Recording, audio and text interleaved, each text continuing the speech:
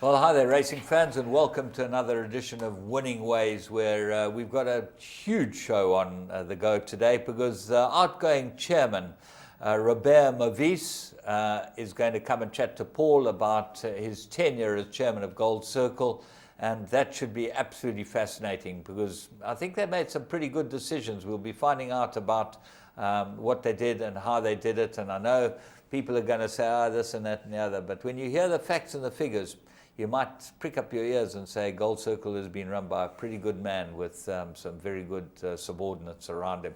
You're one of the subordinates, but geez, your mood must be bad. Mood's bad. You can't come out of a week of chemo and watch Spurs lose at home to a side that's struggling in the bottom three. Not one of the players for Newcastle, James, not one of the players would get into our team. You'd be rolled at home. You can. Imagine if you're a Manchester United supporter. Oh yeah, but they got a lot of injuries, James. They played people. McNair wouldn't get in on a normal day. They played people, and they I just think couldn't beat Bournemouth. Yeah, Bournemouth have now two great scalps. Yeah. Full house, 11,000 people. I think it's incredible. It's great for the game. But who's going to win the league, James? Arsenal. Oh, I don't know why you ask. You keep asking me that. I told you. You're top at the moment. They look a bit suspect too. Yeah, Leicester might be Chelsea tonight. I'd be very happy to see Leicester win. I think Leicester are great. The Foxes, their Johnny-come-lately supporter, Mark Dixon, that would really help his mood too, because his mood never looks good. No, that's right. And, we worked out we've got a Leicester supporter in Dogshire. But what about any supporters of Bournemouth? I don't know any Bournemouth supporters. Yeah, Herman Brown. Bamboo? Yeah, no, senior. Oh, senior. No. Oh, okay. He comes from that dock area, doesn't he? I think so. Got I'm not sure. Tattoos on his arm. So he's a Bournemouth fan. Now, this is Bournemouth on the sea. It's not up there with Liverpool docks and that. Bournemouth, Portsmouth, all the bottom, down the bottom of the country. Still on the sea. Yeah, that's not the docks. You've got to be a sailor to come from that sort of area. Anyone that lives by the sea is a sailor. Anyway, huge show. We're going to be chatting about Hong Kong. They had some great racing on the week. Just to interrupt you, James, did you watch the Sevens? Wasn't that great? Fantastic. Well done to the Sevens. I can tell you, Paul True started the whole thing, built a side. Yes.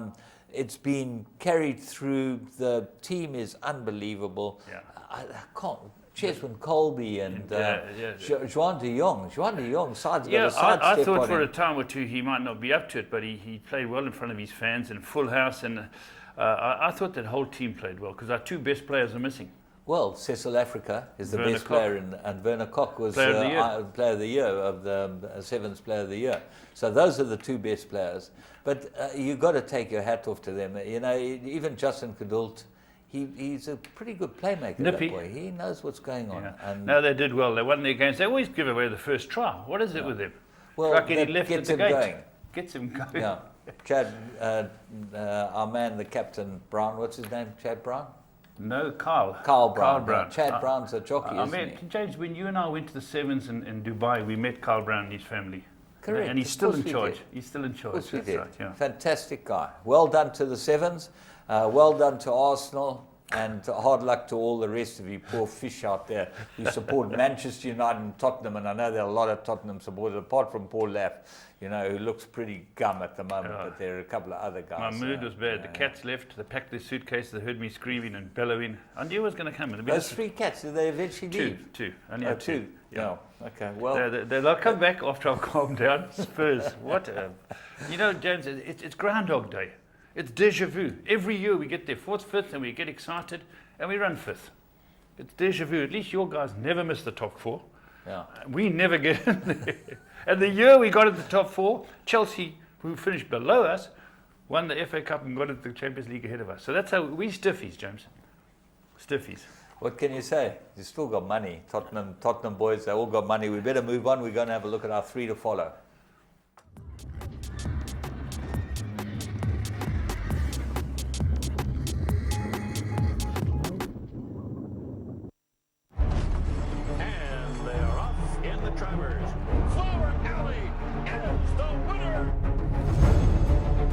His dad, distorted humor, he's probably one of his best sons at stud.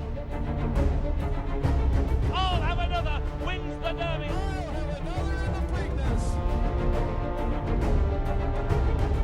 Lilacs and Lace, 48-1, upset. He's just a big, strong, leggy horse.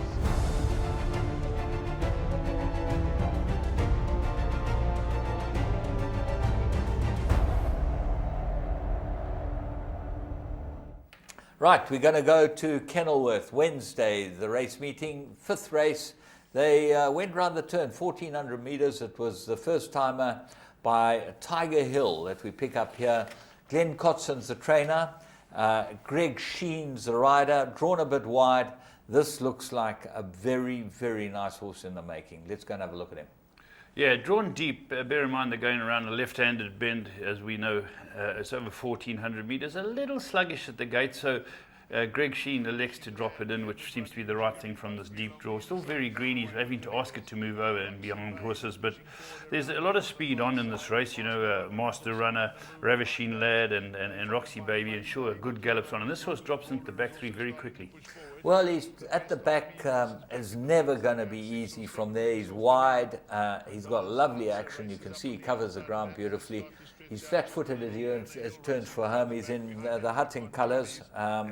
Those nice red sleeves with blue body. Yeah. And they've got the yellow diamonds on, which you can't see. But he's a really nice horse. Banner Hill, I think he's an imported horse, because he's by Tiger Hill. He's bred by Main Chance, so they might have bought him as a weanling. Who's the broodmare son? He's out of a Dynaformer mare, but Good broodmare stallion, yeah. James. And Yeah. here he is on the outside, chestnut horse, left-hand side of your picture, under pressure. Yeah, the eventual winner is well ridden here by young Mr. Carty, who runs in, it looks like Fred Cravier's colours in the red, a horse called Brooklyn Brawler, who quickens up beautifully to win this race when Carty asked it to run. But have a look at the unraced horse coming up, and also in red on the outside. Starts running on really well now. Still doesn't look like he can make the first three, but my goodness, gets going under calm hands ride, little tap behind the saddle, and ends up running an absolute cracker. There he is in picture now, finishing better than anything. Have a close look at him next time he runs. The next one we go to Turfentine, 12th of December, and we pick up Alec Laird's first timer, bred by Claver Flay. Really nice son of Captain L. Yeah, this horse is called Captain Chips, and the typical Captain L, a great stallion, and the country's best stallion at the moment. This horse is straight into the bit, and a typical Captain L sign. Get rolling, get racing, and shows good speed. On the outside fence, Andrew Fortune is wasting no time with a fancy runner too called R-Pad. Your eventual winner is in about 7th, 2 off the outside in red and blue again. This is a horse called Trip Force with Ormond Ferraris and Washong Murray teaming up. But the horse we found, Chris Gerber's yellow cap with the blue body, that's in the centre of the course. Well, the interesting thing is Trip Force, he's run 7 times. He's had respiratory noises 6 out of the 7 times, the last 6 out of the 7 times. He's come back from a break. He ran second, got beaten in the neck, and absolutely doddled in here. So they've obviously done an op on him and fixed him up because he's been off from May, and he's a different horse now. He goes through with his effort and just shows you sometimes these things help. But Chris Gerber's colours, JP van der Merwe, gives him a lot of cheek all the way to the line, but just the run under the belt will have done this horse all the world of good. He is a 4-year-old, so he's obviously had his problems, but I think he'll Crimson go on the Magic win. Maroon's horse runs a very good race in third, as well as Profit Ratio. Good runs by these horses, but keep an eye on this horse, Captain Chips, the Captain L. Right, we're going to go and have a look at Kenilworth, the 12th of December, big day down there, and first juveniles steps out, and always fun to watch them. Snaith never misses. They step out horses with ability. The talk was very good. Anyone who opened up the book, I remember looking into it, even money available, by VAR, owned by big guns in the game. I think it's Greg Bortz, he's in with our friend Brahm, and there's another guy. And Chris Gerber. And Chris, yeah, Yeah, so Chris has made it big on this show this week. Chris is a big on our show. You better have a close look at us, Chris, because this is, this deserves a Christmas present, not the start of Christmas present. Chris Gerber is one of the big players, deserves to have it. Him and his Mutanzook are doing well. But this horse here, the money was down, and typical VAR, nothing else was in the race. The start is from behind, but you'll soon get the gist of it. And Greg Bortz is light blue colours.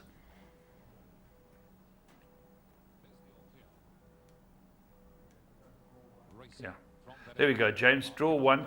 Straight into it. Bernard Fado. I think he ended up having 3 winners in the day. 2 for Snaith and 1 for Brett Crawford. He gets his horse out, and James, roughly here, you can see he's got 2 lengths on the field in the first furlong. Oh, had them absolutely cold. It's out of a way west mare and Full speed, eh? bred by Morton's hook.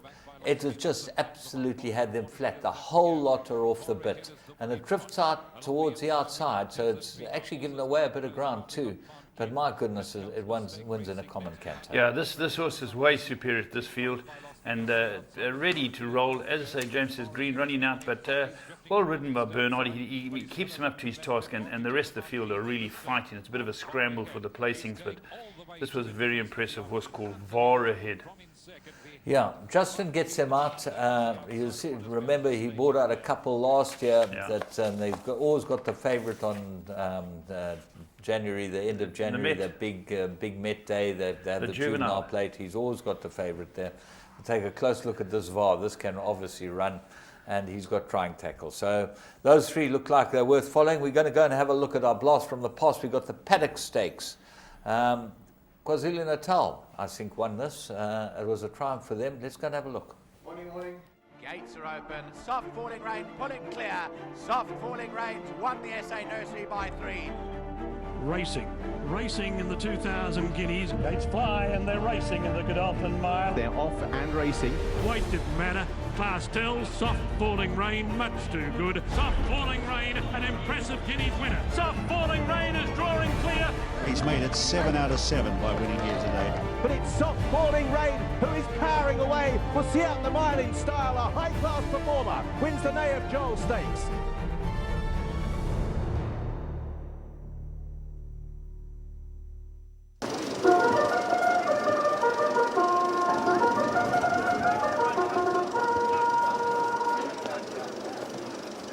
Unforgiven, and we'll be ready for the 200,000 rand Arkansas Paddock Stakes, Grade 1, 1,800 metres to travel. Runners in a straight line. They sent on their way to a perfect beginning. Pharamond from that outside draw. In behind that, Ladies Delight, Roman Fantasy, right there in the thick of things with Wild Asper. In behind that one, Mr. Reed tucking up 4 5 lengths off this leader. Whistler favourite in behind that. Now Roman Fantasy settled 6 lengths off this leader with Kilo Lima. On the outside, Special Key. Then it's League Title and Chief Fist is next best. Then it's Unforgiven, Bowden's Lane. Conchetta is next best with Dicey Mistress in behind that. It's behind that one, Field Forever. And Heat of the Moment is the trailer. A good 25 lengths off this leader. Le Favourite, Stable Companion to the favourite, goes to the front, to lead by 4 lengths. In second, Sleeper Signal. Here's Pharamond in third position, 5 lengths off this leader. Then it's Ladies Delight in fourth position, 1 covered on the far side. In behind that one we find Wild Asper. Then it's Sweet Whisper and Special Key.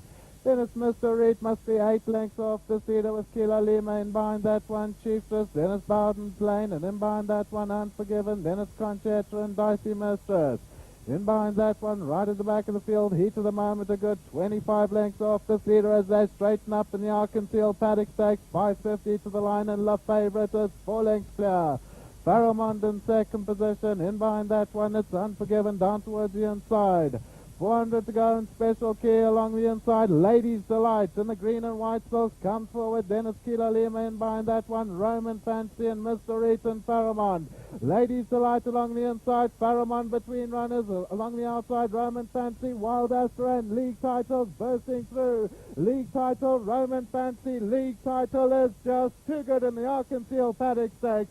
League Title and Andrew Fortune, a comfortable winner, close for second. Kilo Lima got it from Roman Fantasy. Well, there you go. League Title won the Paddock Stakes that year. We're going to have a couple of Paddock Stakes, and we'll have a couple of Queen's Plates before the big race meeting early in January. And very impressive. That was a good field of horses. Yeah, Mana Fortune for Dixie. Tony Finesse. Tony Finesse, yeah. League Title was a good filly. She was a very, very good filly indeed. Yeah. And she beat them comfortably. Well, when you see the Pharamond in the race, Ladies Delight is St. John Gray's very beautifully bred mare. Yeah. Announcer's dam, I think she is, or she's sister to announce. She's They're just some really, really good horses. Did they find the sniper who shot Des Scott's horse in front? They were looking for him. Apparently, he were headed for the Cape Flats. Yeah. And it was maybe related to Andrew Fortune. Maybe. Well, there we go. Andrew got the money, though. Great rider. Yeah, Sitting still. Yeah. What a great rider. He rode a horse on Saturday at Turpentine. He's got it all, Andrew Fortune. The only thing he hasn't got is a little class, but the rest of it he's got. Anyway, he's a very funny man to listen to. He's a class rider, but as okay, let's move on. We can move on and have a look at Plum of the Week.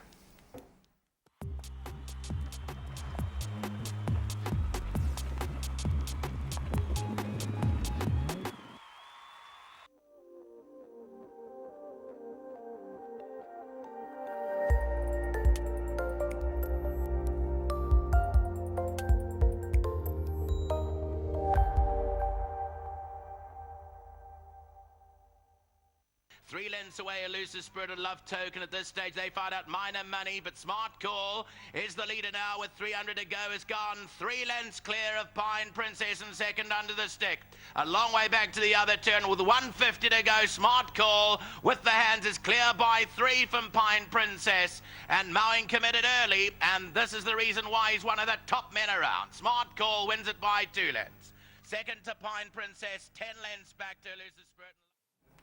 Well, we had the Interbet boys on the show last week. They're telling you all about the soccer bets and this and that and the other. And Interbet, 50% of your money you make straight away on this horse. 5 to 10. It was the biggest gift ever. Maritzentain, Jessica's filly, she is a top filly. And she is a top filly. Horses, you put your monny down. Don't even worry, they'll win. Yeah. And she won, effortless. Washong Mao is going through a brilliant patch at the moment. He's well, riding Winnerot, and he's a great rider. You can't get away from it. He's ridden the best. He's been with the best. We'll talk about Hong Kong later. He was top man there. And he's, I think, enjoying his life. Alec Laird, the trainer. Alec Laird and Jessica and the Maritzentain team, well done to all of you. That was the way to make your pocket money for the weekend. But we're going to go and have a look at current affairs. We've got some very interesting racing and current affairs. And let's see what we can come up with. Yes! If you love soccer and you play the tote, you won't believe what Interbet has to offer you, or the excitement of tote betting on your computer or your cell phone. It's simple. Choose your teams and your bets, work out what your combinations will cost, see how big the pool is, and place your bets. You can even track your bet live as it happens and get updates on your progress. It's all the fun of the tote on your phone. So what are you waiting for? Sign up now at www.interbet.co.za and you could be a winner.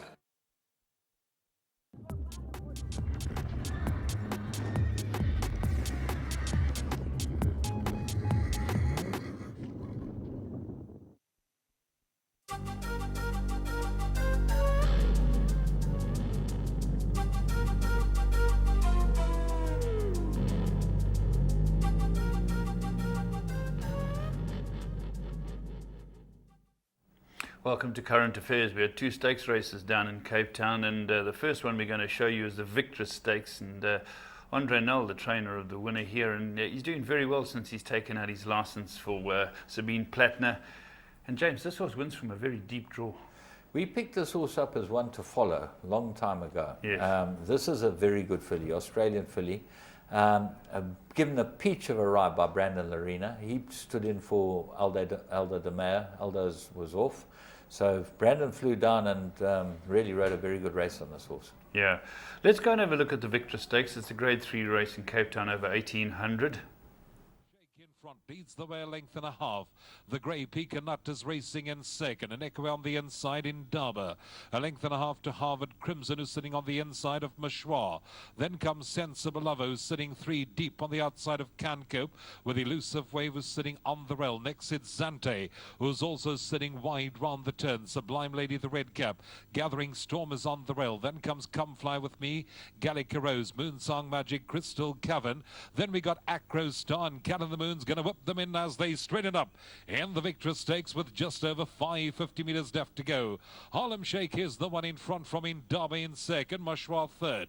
Harvard Crimson comes through on the inside. Deeper out we got Sensible Lover, then comes Sublime Lady. Gallica Rose starts to get going down the inside. Moonsong Magic, Acrost also switched into the final 200. Meantime Mashwa took it up and gone for home. She's at least 2-3 lengths to the good over Harlem Shake. Next towards the outside, Can Cope running on, but Mashwa is showing them a clean pair of heels in the Victory Stakes, and Mashwa comes home to win it, easing up the line. Harlem Shake in second, then on the outside Can Cope, who'll finish a short head in front of Moonsong. There we go, Mashwa, way too good, winning by 3 3/4, and Brandon Arena, as James said, deputising and rode a very good race. This horse absolutely doddled up, showing good horse, good ride because of the deep draw. So that's the Victor Stakes, yeah, James. she's by Choisier out of a Monjeur mare. So there's stamina, there's speed, there's everything.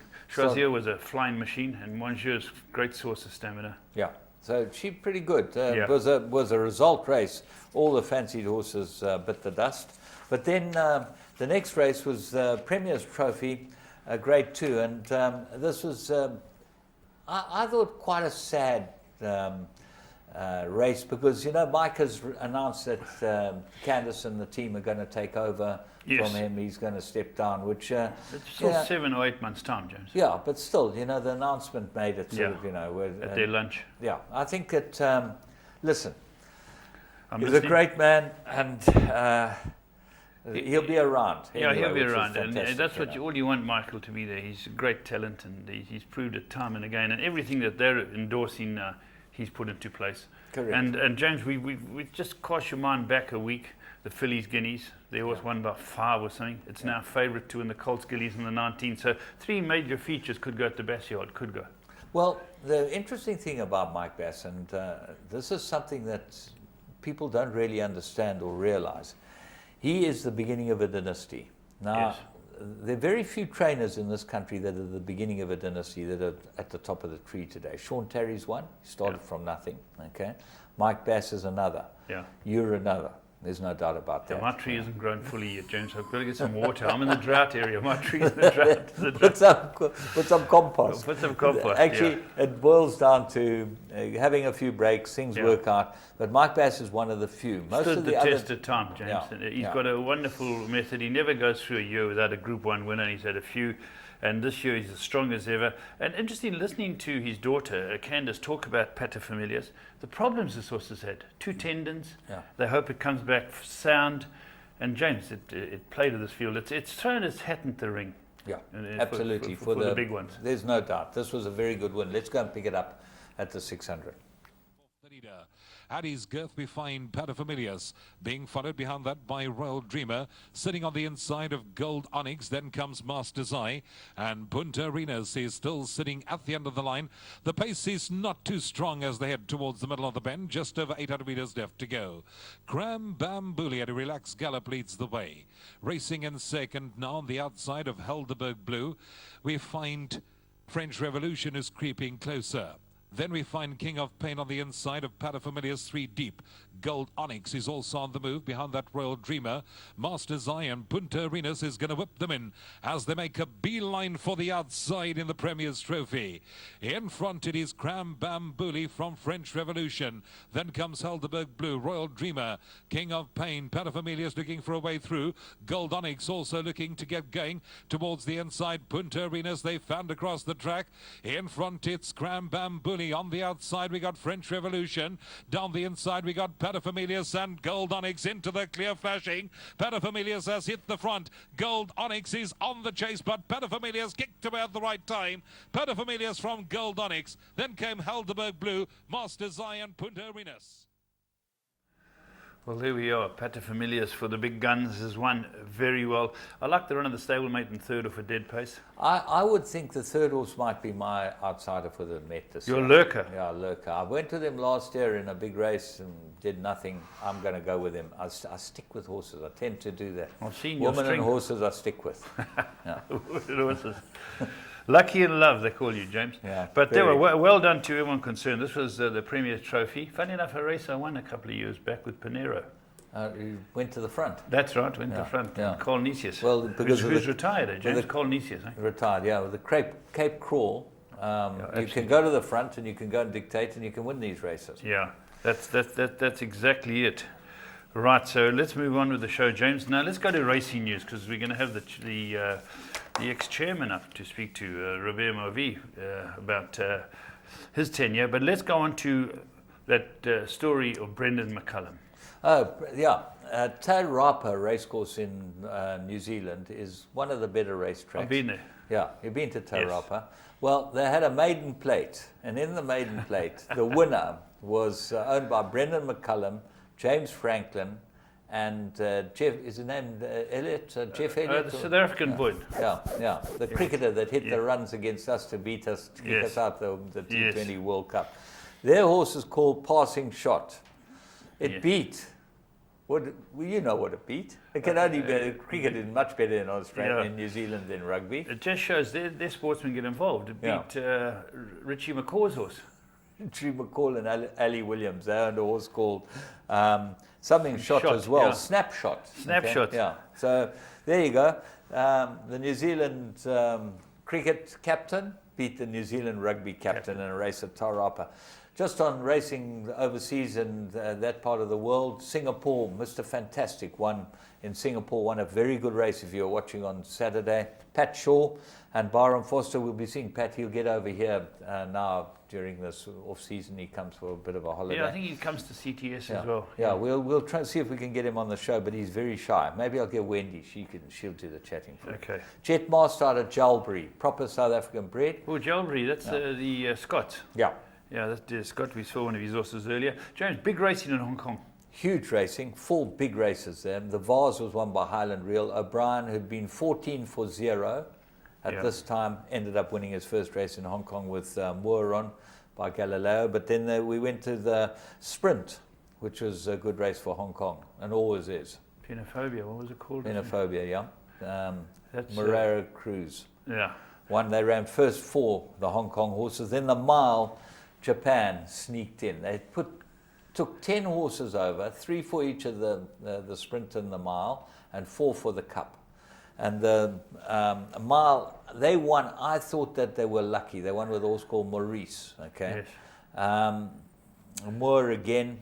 See, James, Abel Friend hasn't been able to reproduce since he travelled over the UK. He had a pulse during the week and a foot. And I think those things definitely. I've never seen a horse that have had one of these nail pricks or this or that or the other. They never come out and run well. Just that little setback just does him. He ran 3rd, but he cruised past this horse. Yes. Ran past Maurice like he's standing still, last 150 up and down. But then the Cup. You'll remember London News and all the champions won. Well, this horse that won was called Ashen Hikari. Your favourite rider rode him. Yutaki Taki. Yutaki Taki. He's a champion Japanese jockey. And he jumped out. He went to the front. I think he thought it was the sprint. This horse was gone. I mean, running fractions of 23 and 4 furlongs down the side of Everest. 23 and 7.5, 23.31 the first 2 fractions that he ran. Well, it was clear. Then he gave it a bit of a breather and turned into the straight. He settled light. It just pulled away from him. Too good. The Free Eagle sat 3rd and finished last. This horse ran them into the ground. I've never seen a thing like that. The fastest time broke the record, which was held by Falbrav since 2003, by 0.3 of a second. Sure. So, you know, that's some pace. Eh? Some pace. The next thing was Argentina. They always have the Carlos Pellegrini. They have the big polo match after the races. And have you ever played in that polo match? To get onto Palermo number 1, there are only 8 games a year there, or 12 games a year. They're all the biggest and best games. I did play Palermo number 2. I was lucky enough, but that's the big ground. 30 or 40,000 people there for the final of the Argentine Open, and they have the racing, and then everyone goes across the road and goes and watches the polos. That's a fantastic thing. But the horse they won at James is a bit of a sensation. No, this horse I think he'll go to America. His name's High Happy. He's by Pure Prize. He's won 6 out of 6. 3-year-old, top 3-year-old in Argentina, and he's won all the Group 1s there. So he's, he's won the Jockey Club and the Big Derby. First and second were both 3-year-olds.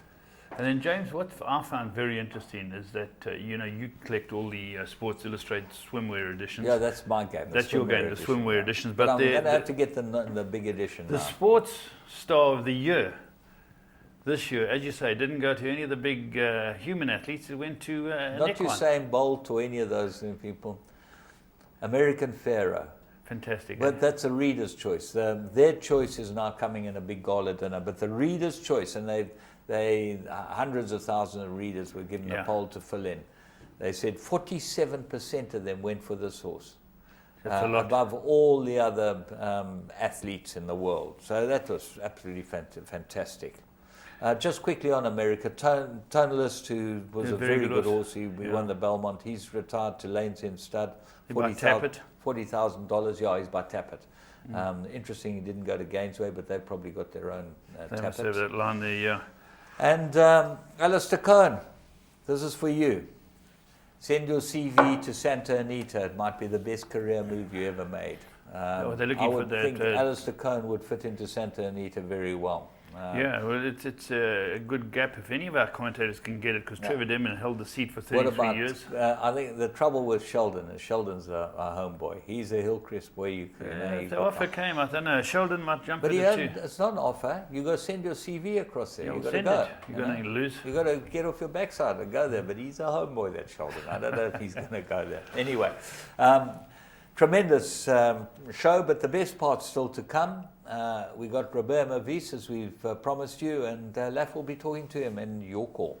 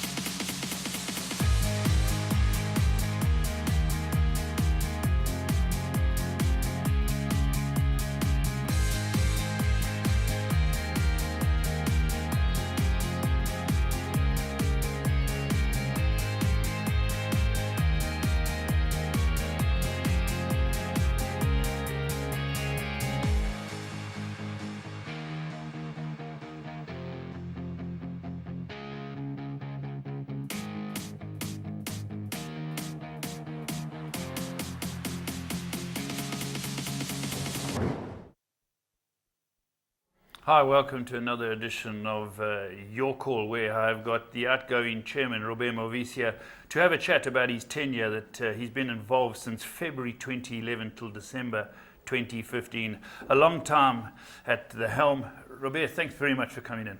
Pleasure, Paul. It's a stage where at a certain age you cannot hold the position anymore. Is that the reason for you standing down?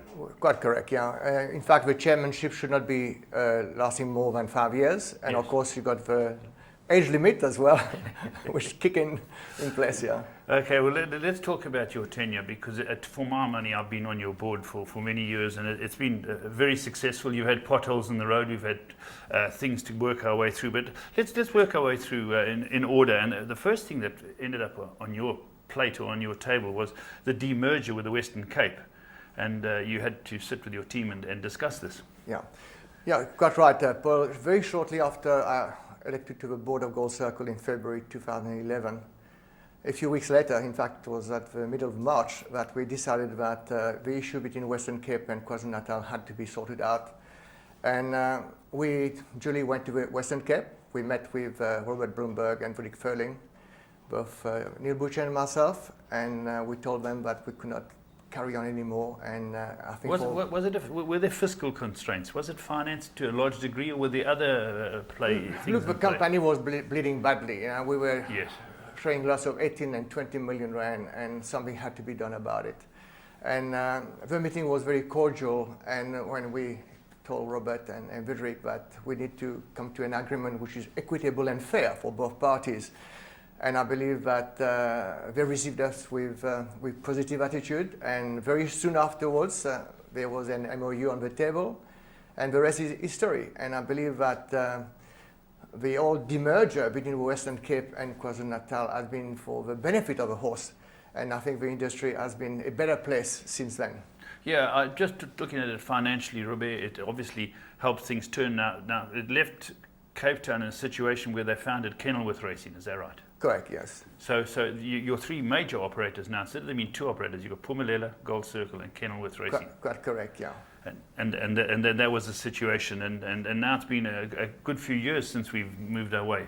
Absolutely, sir, and I think it was definitely a good few years, and as I said, the industry is in a better place for that. Yes. And we are more friendly now than we were before. In fact, they are very hospitable when we go and visit them, and so we are also very hospitable to the people from Western Cape when we come to Durban. So yes, it's been a win-win for all. When, just a question across the bows here. When you had decided to meet with Cape Town and have the demerger, did Phumelela have any influence, or did they leave it to us? No, what happened is that we left it to Kenilworth Racing to make their choice of Yes. a partner going forward. Yes. So it was up to them, and we left it to them to decide. Okay. Right, around about the same time, we had a lot of meetings about the sale of Clearwood, and there were certain groups coming forward to buy it. It has, in time, turned out to be a wonderful decision if one looks at where they are now with Clearwood. Absolutely, Paul. Yeah, we were very fortunate that when we decided that we need to rationalize, we could not keep 3 courses in KwaZulu-Natal and run the business. Just let me stop you there. Why couldn't we? Because we had to get rid of Clearwood. Yeah, because Clearwood, after all, was a very expensive course, the most expensive course to keep. Yes. And we were very lucky at the time that there was a person who wanted to purchase Clearwood Park. And then, of course, there was the other bidder, Yes. which makes the possibility of the price we got at the end a reality, which was the best price we could have ever got. And yes, the sale of Clearwood Park did have its controversy, Yes. but in my book, it was the best thing we ever done. Because of the amount we got for it? Because, you know, on the downside, people are saying we're losing probably one of the fairest courses, the only left-hand bend in Clearwood, but we had to. Our hands were tied, weren't they? Yes, of course. It was indeed a beautiful course. It was called the Garden Course for Yes, nothing. yes. And it was very sentimental to me as well, Clearwood Park. And I loved it very, very much. But we got to make business decision. And we, at the end of the day, we received 430 million rand for the course. And that enabled Gold Circle to realign itself. And I think today we are again in a better place in KwaZulu-Natal. Yeah. And you ring-fenced the whole portion that you Correct. let the members know We exactly. ring-fenced, the members wanted the 200 million rand of the proceed to be ring-fenced, which we did.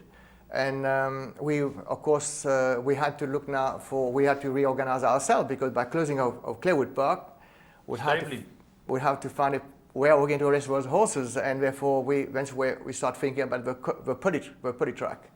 And that was when we decided whether it would be Maritzburg or Greyville. One of the things that's always been close to you is grooms. You've always banged the grooms drum, and now you're at a situation where Clearwood trainers and grooms had to be relocated after the sale. Correct. So you had to put all these buildings up at Summerfelt and that, and you pressed hard for the grooms in a lot of areas. We did not only to make it as comfortable as possible for the trainers to have the best stables in the world. I mean, it's world class. Yes. Summerfelt is world class track at the moment. And as far as the grooms is concerned, it was always a problem, the issue of hostels, for instance. Yes. And I communicated with the then Premier of KwaZulu-Natal, Dr. Zweli Mkhize, and we actually showed him what we got. And we explained to him this is something we do not like. And we then went on to a mission to find land in order to build local housing for the grooms. And this is well on track, and Yes. we have found land with Tongaat Hewlett, and hopefully we'll do the deal very shortly, and the grooms will be able to have a title deeds to their name. That's a big step. I think it's a huge step forward. Yeah, it's very good. And the comments coming out of the new training centre, if I can call it that, the new stables have been very positive. Absolutely. Look, I mean, even Mike de Kock did say some time ago that it's one of the best training centres in the world. And I concur with him. Traveling to Dubai and other centres in the world, yes, we can stand, keep our heads up. Somerville is one of the best training centers in the world. Now, the next step that came along, the next thing on your plate was obviously now we're a track short. We have to decide on what to put. And I know you sent people all over the world to look at different surfaces to come back and give you reports. You invited people to bring reports, and there were different synthetic tracks that were being bandied about. But you and your team decided to go with Polytrack. Yes, that's correct. After we sent to both Tony Rivalon and Graham Hawkins all over the world to find the best possible surface which will suit our condition in Durban. And I think the closest we came to is the Singapore model. Yes. And yes, and we spent a lot of time making sure that the track, the surface we choose is the best surface for the condition of Durban. They obviously have teething problems whenever you put a Polytrack down. I think they seem to be getting better and better, your track management with running the temperatures and keeping people up to speed. Quite correct. Paul, the Poly has been on intensive care for the last year. Yes. And close eyes onto it. And we communicate with the manufacturer of the Poly very often. And I believe that we're getting it right. I think it's made a situation here where your Friday night idea is becoming very big, and that we utilize the Poly successfully through inclement weather. That's correct. Paul, the one other issue regarding the free course issue, which we spoke earlier, is the punter, the way he thinks. In the past, he did not really know where was the race being held, whether Clarewood, Scottville, or Greyville. Now we know Friday night is the night we need to spend at Greyville. And as you've seen yourself, we sometimes have a crowd of about 4,000 and 5,000 people. So it's a huge success. It's a huge success in that department. And what has been a plus is that people know if we're racing on a Friday night at Greyville, the meeting's going to take place. Absolutely. Regardless, there's never any, is it on, is it off, it's on. It is always on. It is always. In fact, if you look at the year before, or previous year to that, we lost 5 days of racing, and now we don't lose any, except when sometimes when it is at Scottville, and it's too late to actually call. We just touch on that because we've had a problem in the last week or so because of inclement weather of the highest order, and just Scottsville just coming out of a scarifying session, and in its mint condition, it was a risk to go there on Sunday, but then the logistics involved to move it that late is difficult. It's absolutely difficult. I think for instance, by Saturday afternoon, we could have made a call, then we would have been able to move races to Greyville. But there was a possibility that Scottsville stood up. And that's correct, there was a possibility, that's why we're hanging there. Yeah, because and the weather reports are normally not that accurate. You think we'll have sun today and we get one bit of rain and we're under pressure. Absolutely, yeah. But just talking about the tracks at the moment, but they all seem to be in good nick. Paul, I think last year, both Greyville and Pietermaritzburg provided one of the best champion seasons we've seen for many years. And if you think that champion season 2015 was good, just wait for 2016. I think Greyville track is in absolutely good condition. Yeah. Pietermaritzburg will be spot on, and our visiting trainers will be very happy with what they see going in the future, yes. Yeah. Now, one of the things that you had to do, Robert, was work with local government, with gaming boards. Has that been a tough task over your tenure? Look, it was not a tough task. It was a task that had to be done. Yeah. Because the relationship both with Pumelela and our local government, provincial government, and national government were not in good standing. And today I must say that all that is fait accompli. Our relationship with Pumelela is of highest order. As far as the local council is concerned, we've got a great relationship. With our provincial partners, we addressed the Parliament of KwaZulu-Natal not long ago, the CEO and myself. So they are all on board, including the national government. Another feather in your cap, if I can use that, has been your open door policy. You and your management have always had an open door policy, but you as a person have walked the course continuously. You've gone out there, you've spoken to leading jockeys, less fashionable jockeys. You've made a point of getting involved. Absolutely. In order to do the job correctly, you have to do that. And I had to get to the bottom of everything. And walking the course once a week was very important. Engaging with the jockeys, and we knew that I was a phone call away. And I have many times received calls from from the leading jockeys and the trainers. And of course, we dealt with the situation. There's no issue. And you brought in a policy as well, not actually a policy. You brought together where you invited all the trainers, visitors, and whatever to come at the end of the season and air their grievances and have a chat. And that's been very fruitful. Absolutely, very positive, because without criticism, constructive criticism, you can't move forward. And this is what we've done, and I think we achieved a lot by doing so. Yeah, and you've got a good team in place. Excellent team. We've got a good board, and we have always reached consensus on any issues. There was no need for voting, and management was always very supportive. And so, yes, it is a very good team altogether. Let's talk about another thing you got involved. You aired the grievances of the jockeys, and there was the upgrading of the facilities for the jockeys. Were they in need of that? Yeah, Paul, in my opinion, is that the jockeys are main actors in our game. And when I came on board, I realized that their facilities were not to scratch. And I engaged with them and visited their facilities.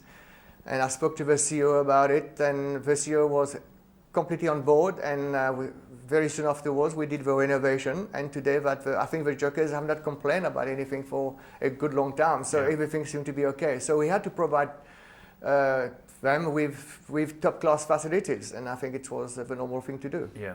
Greyville, you've always had a vision for Greyville, you and your team, of where we're going to go, especially with 2018 in mind. We saw something, I think, in 2012, which was very good. But what you've done in the interim, you've upgraded a lot at Greyville here, and with regard to Friday night racing, and I talk about the Durban View Room, in general, the public facilities, the bookmaking facilities. You've done a wonderful job in getting those up to scratch. Yeah, we had to look at the big picture. It was no good just making the facilities okay for the jockeys or okay for the trainers or the members. We had to go beyond that, and I think that we had to provide the punting public with the top-class facilities, which we have done. If you look at the lighting shot renovation, adjacent to the bookmakers, because for me it was an eyesore, the old bookmakers stand.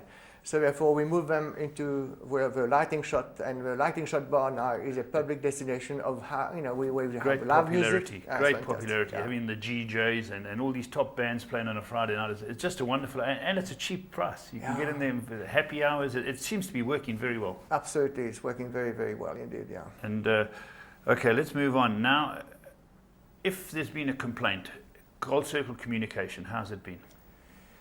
I think without any doubt, Gold Circle, I've got no issue with complaint, as long as the constructive criticism, as I said earlier. Sure. Your communication, your press release, you keep everyone informed? Yes, we do try. Maybe we're not at the best situation where we should be, but there's no doubt we're trying hard to get to be what we need to be. Yeah. Yeah. Okay. Now, what happened is Polly taking up so much of your turf area and a bit of the road, and when you guys had to plan all this, you knew in the back of your mind that Africa's greatest race, the Vodacom Durban July, could be compromised field-wise. And you had to get out there and say, let's make a plan. How did you make a plan? That's a good point you raise here, Paul. What happened is that with me walking the track every Friday, or at least once a week, every time I came past that 2,200 meter mark, I looked at it and I said, 16 horses? That's not the July. And eventually I came closer to the fence, and I said, well, maybe we could move that fence outwards and try to create 1 or 2 more space. So I communicated with the CEO and instructed his architect to have a look at the boundaries. And if we could get 1.5 more meter from council, we could just make it for 18 horses. So I duly went to council, and everybody thought that it would be an impossible task, because how it runs is a slow process and application and so forth. After talking to council and explaining to them the impact of the Vodacom Durban July on the local economy and the provincial economy, it took only a few minutes for them to say yes. And then they actually removed the fence away, and we now can race with 18 Now horses. we race 18. It's the great race, and you have that long backstretch, so it in no way compromises the early part of the race. It does not, and also the economic impact for the operators is enormous. It's obviously your flagship at Gold Circle. Everybody looks forward to it. The whole of Durban and larger parts of the countries come to a standstill because they want to know what's happening with Vodacom July. You've got a full house sign every year. It's a full house sign. You know, if you speak to the hospitality industry, they will tell you that the weekend of a Vodacom Durban July has got more economic impact on the city and the province for the entire year, bigger than Easter and Christmas. That's amazing. This is a most incredible weekend. And everybody have got top price on, and it's really a successful weekend. Yeah, it's a great race, and one I hope that you aspire to win one day. Well, yes, I had one runner once, but yes, I think I was talking to the great Mark Rattray the other day. I mean, Mark, a breeder and one of the icons of racing, and he says that dream of his has not happened yet. I've got a 7th to my name. Okay. It's a hell of a race. But let's talk about, while you were in the hot seat, what was your vision for Gold Circle? I think back in 2012, management came with a vision to the board, and then of course we twisted and helped with that vision. The vision of Gold Circle for 2018, first of all, was the July being an 18 million rand race. And then furthermore... So July being a what? 18 million race, 18 million. Okay, and also the vision was to extend Greyville and creating an hotel and shopping complex within Greyville. Something like the pavilion. Something like the pavilion. Absolutely, that would be great. And we have engaged with council, but we need to keep on the engagement with council on this regard, and I think that would be a fantastic achievement. Can it happen? Of course it can happen. It's a matter of willing between both politician and Greyville here. Would you have to do a JV because of the finances involved? Yes, of course. There will be a JV, and there are a number of interested parties at the moment already. So that will be great for the vision, because it's a great place to race, as you know, the Friday night, and everyone gets here. And also, we did not wait for that to happen. What we done in the meantime, that we had to get an income for every single square centimeter that Greyville possess. As you are aware, we have now rented out the majority of our space. Is this the Elan Group? Correct. And as we speak right now, we're actually getting income from every single square centimeter of that building. So the Elan Group has taken over, and it's a huge income stream for Gold Circle. Robert just talked about that. You know, you built that room upstairs, for lack of a better word, pillar free, takes 1,000 people. Was that in your tenure? Yes, it was, but that was the vision of our CEO. He actually installed the roof, and I did the rest. But that was a great vision of his, because the conferences business is quite big in Durban, and especially for wedding function and so on and so forth. And then when we came on board, we actually made that a reality. And again, Paul, I must say that it was never a single person vision. It was a combined vision, which was accepted by the board and management. So everything we did here, did it together as a team. It's a wonderful room. Yeah, it's a wonderful room. It can sit over 1,000 people. And I think it's booked almost every single weekend now. Yeah, it's fantastic. I know I was there for the Expo function, 650 people, and it's a fantastic venue. And so that's, as you say, we're now earning money on everything. We're earning money. Are we still earning money internationally? Absolutely, yes, we still. I think that's going to improve a lot, and I think that's where Pumelela is in control of that. And I think they're doing a very, very good job. And we had a bit of setback last year, because we lost a couple of big punters. Yes. But I believe the year to come is going to be very positive. Regrets. There's always regrets in some way, and I've got to ask you about these things that have been potholes in the road, as I like to term them.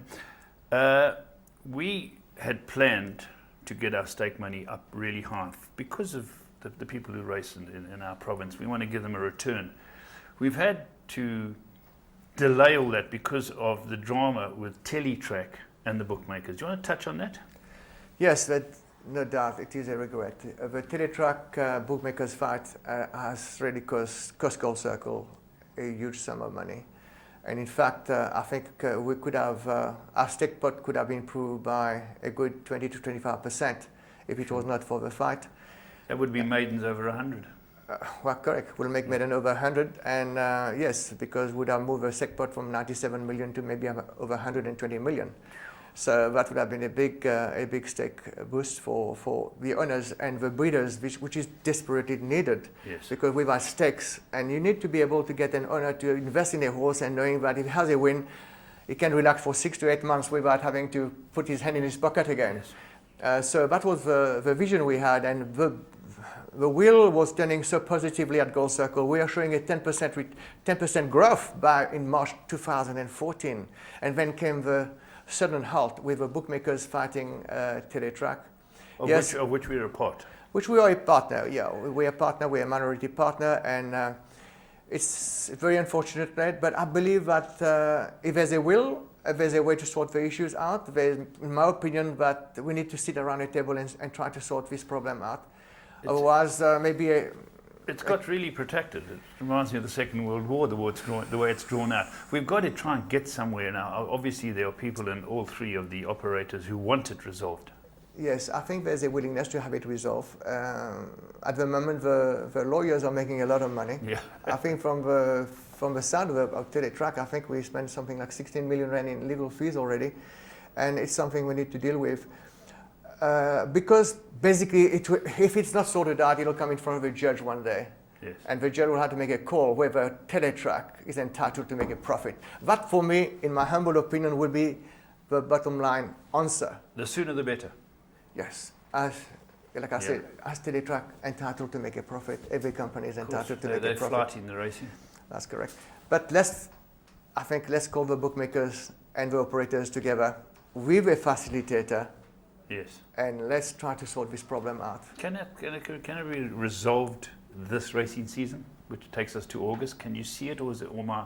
Of course, it can be solved. I think the certain bookmakers are willing to come to the table. At the same time, if I be frank with you, I think there's stubbornness from the Natal Bookmakers Society, from both the CEO and the chairman, and they're all at war. And Gold Circle, especially Gold Circle, over the years, have been very bookmaker friendly. Yes. In fact, our cohabitation with bookmakers is what's costing us the money today. Yes. So let's hope they come to their senses and sit around a table and let's get... for the good of the industry. For the good of the industry, correct.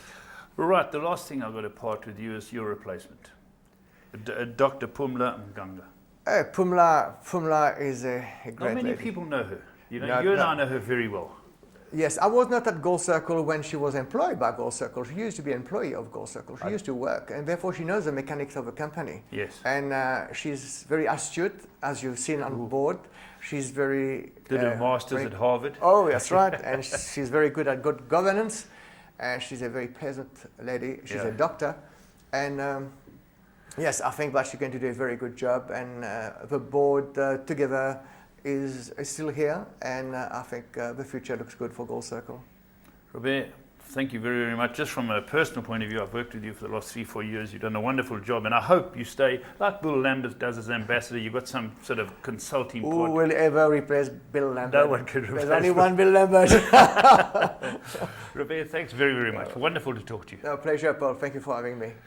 There we go. There is the outgoing chairman of Gold Circle, Robert Movis. We'll be back next week.